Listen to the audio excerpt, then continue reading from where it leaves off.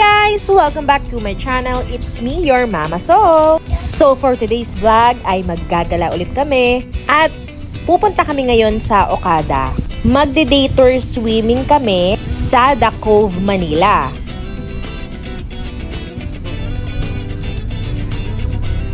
So nakarating na nga kami dito sa Okada at syempre maghahanap kami ng parking na medyo malapit doon sa The Cove, Manila. Guys, napakalaki po ng Okada. Kaya talagang kapag hindi ka nagtanong-tanong, maliligaw ka. At ito na nga po yung anak ko, sobrang excited na yan. Sobrang excited niya, ayaw niyang ipahawak yung salbabida niya. So nakapag-park na nga kami at papasok na kami sa loob. Yung napag-parkingan namin, napakalapit lang doon sa entrance. Nakarating ata kami dito sa Okada ng mga 9:30. So, yung day tour swimming namin ay, ang oras niya ay 9 up to 3 p.m. So, may mga schedule kasi dito, pwedeng pang tanghali, pwedeng pang gabi, ganon. So, ang pinili namin ay 9 up to 3 kasi syempre may bata kaming kasama, hindi siya pwedeng magbabad sa swimming pool ng gabi na or ng medyo matagal. At nakarating na nga kami dito sa may front desk ng The Cove, Manila at nagbabayad na kami ng sapang entrance. So, bali dito, ang binayaran lang namin ay yung sa dalawang bata kasi may dalawang free yung partner ko na nakuha noong nag-tour sila dito. So, dapat hindi na namin itutuloy ito. Kaso nga lang naisip namin na sayang naman yung dalawang free voucher at yung dalawang bata lang naman yung may bayad. So, yung bunso namin ay 2 years old lang. So, imbes na 1 to yung babayaran ay nag-less ng 500 pesos. May free heavy meal na din siyang kasama kaya sulit na din. So, ang theme for this month ay Barbie pa. Tapos, next month daw ay Hot Wheels na. So, yung mga themes ay naiiba-iba din. At nakapasok na nga kami dito sa loob ng The Cove, Manila. Ganyan yung itsura niya. Napakalaki ng loob nito. Yung mga pools nga pala dito ay parang mga 3 to 4 feet lang. Ang chill-chill lang ganon. Ito, buti na lang nabanggit ni Kuya para sa mga mag-swimming dito na may mga kasamang toddlers, need po ng swimming diaper. So kami, wala kami dala kasi wala kaming idea. Pero may nabibili naman dito na 100 pesos. Ito po yung brand niya. Kapag regular diaper po yung gamit nyo, pwede kayong magkaroon ng penalty dito. Required talaga na mag-ot ng swimming pants ang mga batang mag-swimming dito. So may bath towel din na kasama. And ang lalaki ng mga changing room, mga CRs nila dito. Yung shower room, meron na din silang shampoo and conditioner. Kaya naman talagang ang ibabaon mo na lang yung sarili mo, mga damit, mga kailangan nyo. Talagang napakasyala dito. Yun nga lang medyo pricey pero ulit na din kasi kumpleto sila. May mga security guards dito, may mga lifeguard. Talagang safe na safe yung mga gamit nyo. So ito yung place namin. 4 siya na upuan na magkakadikit at may table siya nakasama. Kahit ganyan lang yung place nyo, meron din silang mga kabana which is ga-accommodate yun ng mas marami pa. I'm not sure kung ilan. Pero yun yung pinakamadami. At meron yung kasamang parang mga individual pool like that. Yan, no, yung mga color blue na yun. Ganda ng view dito. Parang feeling mo nasa ibang bansa ka. So, ayan yung pool na sinasabi ko sa inyo kapag kabana yung kinuha nyo. And then, magpapalit na nga kami dito sa changing room. Dahil super excited na nung anak ko, gusto na agad magbabad o tumalon dun sa pool. Changing room. Saan tayo?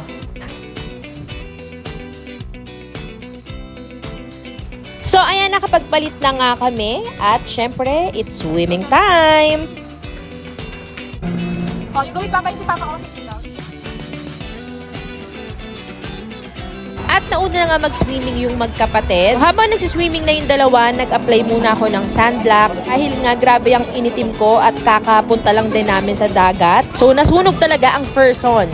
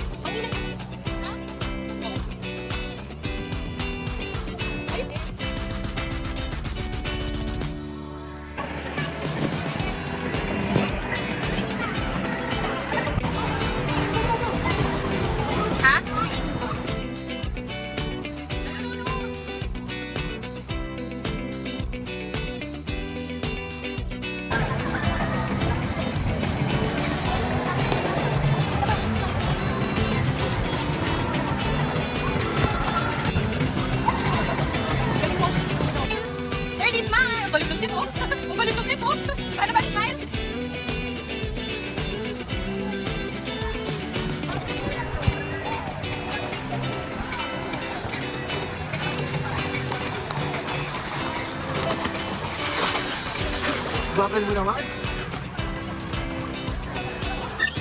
Swim. Ready you swim. Huwag niyo hawakan yung cellphone niya yan. Yuki. Swimming ka din daw para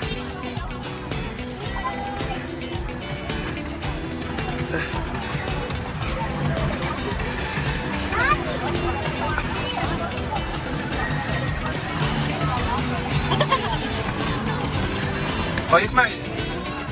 Oh, you kiss ate. You kiss ate. You kiss mama. Kiss mama. Dapat dito nilagyan ka. Oh. Oh.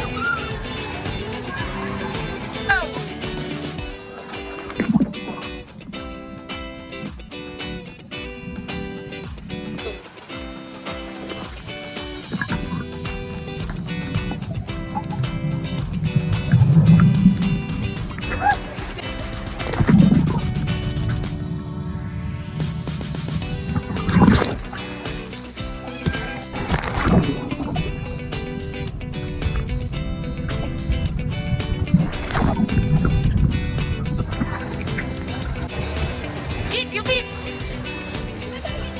Ah, ginagaya kasi papa mo. Nagumagalit-galit, no? Tignan mo ang yabang, oh.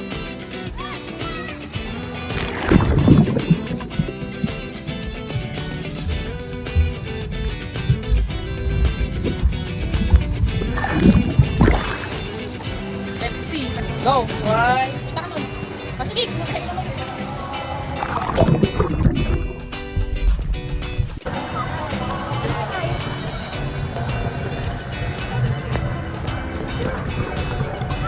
So umahon na nga muna kami para kumain ng lunch dahil nagutom na nga kami. Yung free lunch na kasama doon sa fee ay hanggang 10 up to 12 noon mo lang siya pwedeng kunin. So eto yung food section or yung food area.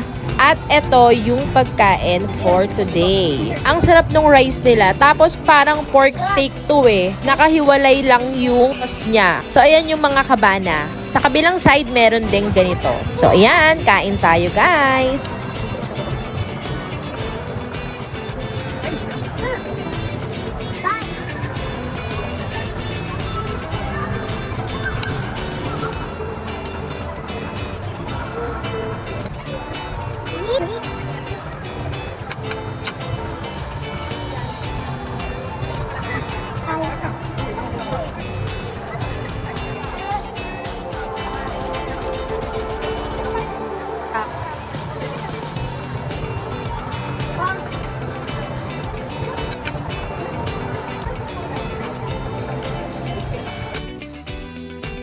So, nakatapos na kami kumain. Since Barbie yung team nila, yan, may play area din para sa mga bata. Yung mga Barbie dyan na pwede mong palitan ng mga damit. So, no choice yung anak ko. Ito lang yung pwedeng paglaruan eh.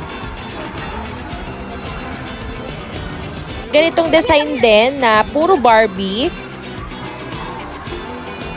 Wow, sasakay daw siya. Oh, sit down!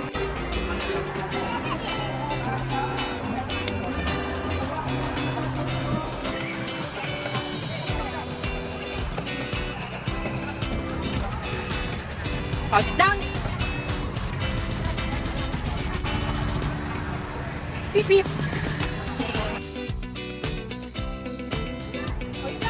Wala kasama, ha?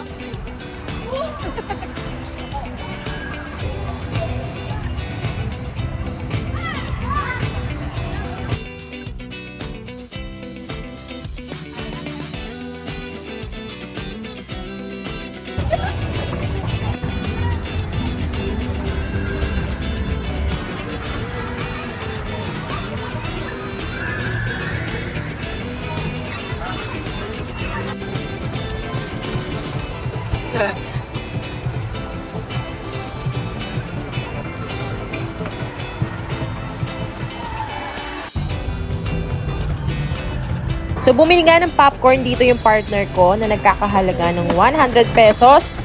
Kami popcorn, no? Oh, careful! Wow! Pwede daw ni May Mas.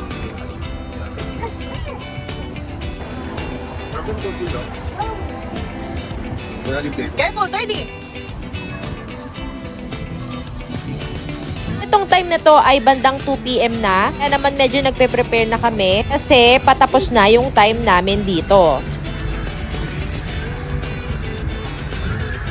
At nakapagpalit na nga kami ulit. Nakakatawa kasi may baon kaming met pang uwi pero inulit lang ulit namin yung damit namin papunta kasi sayang naman hindi naman siya nadumihan. At ayan, kapag bis na't lahat gusto pa ulit mag-swimming ng anak ko. Kung i-rate namin ang experience namin sa day tour swimming dito sa The Cove, Manila, 9.5 over 10. Inulang ng 0.5 kasi para sa akin ang pricey. Char! Siyempre, ano pa bang ina-expect natin sa 5-star quality na hotel, 'di ba? Kahit na mahal yung price nila, maganda naman yung security, facility, mga accommodation, mga friendly staff sila. Kaya pwede na din. Magandang experience na rin to para sa amin at sa mga anak namin. Kaya naman, palabas na kami pero hindi pa kami agad uuwi kasi kakain muna kami. Paglabas dito sa Cove, Manila, marami pang mga ibang pwedeng puntahan dito. Pwede kang mag-shopping, tapos may mga iba't ibang klase ng mga restaurant dito. At ayan, pwede kang mag-avail ng mga Barbie, ng mga slippers, mga dress, ganyan.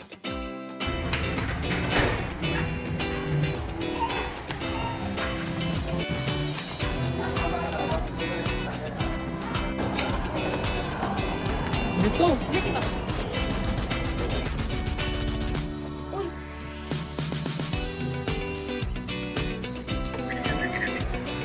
Let's go.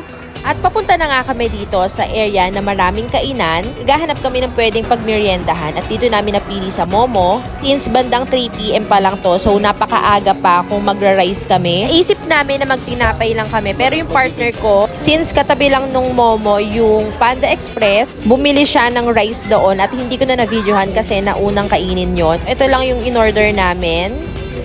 At pagkatapos nga namin kumain ay nag-CR na ulit kami at magpapaalam na kami dito. Labas na nga kami ng parking at grabe. Ito yung mga type na nafe-feel na namin yung antok at pagod kasi maghapon ba naman kami nag-swimming. So I think that's it for today's video. I hope you like it. And please don't forget to like and subscribe to my channel. It's me again, your Mama Sol. Bye!